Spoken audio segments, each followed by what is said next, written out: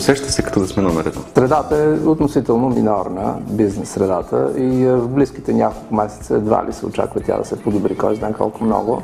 Размера на приходите е почти същия, даже гледах сутринта, може би с около процент по-малко до вчерашна дата. Минорна. Естествено. Как?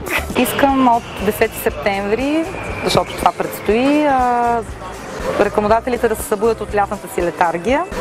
Летаргия. Дай ми, тате, малко парички, за да ходя по механички. Да отстраним един-два от нашите конкуренти.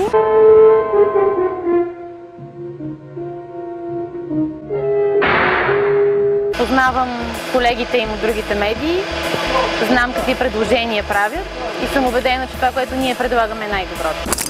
Естествено. Как? За моята собствена прогноза ще знам в края на годината. Специално за NetInfo, много нови формати.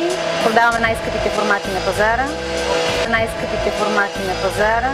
1,50 струва маршрутката, да си вземеш банер 300-250 на Home АПБ, 4 лева струва. Това всъщност е лицето на компанията пред външния свят.